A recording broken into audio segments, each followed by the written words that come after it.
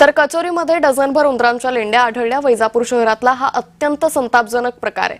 खाद्यपदार्थांमध्ये अतिशय घाणेरडी भेसळ आणि निष्काळजीपणा दिसून येतोय।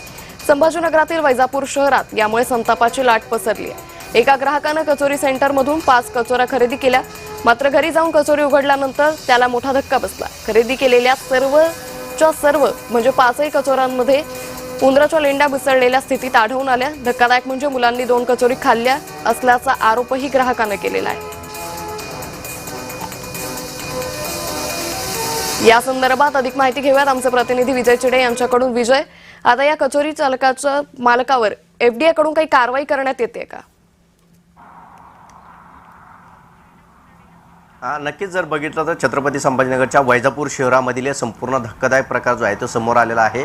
या ठिकाणाहून एका कचोरी सेंटरवरून एका ग्राहकाने 5 कचोरी जी आहे ती खरेदी केली होती। त्यानंतर घरी गेल्यावरती आपल्या मुलांना त्या खाण्यासाठी दिल्या, मात्र त्याच्यातील 2 कचोऱ्या ज्या आहेत त्या मुलांनी खाल्ल्या।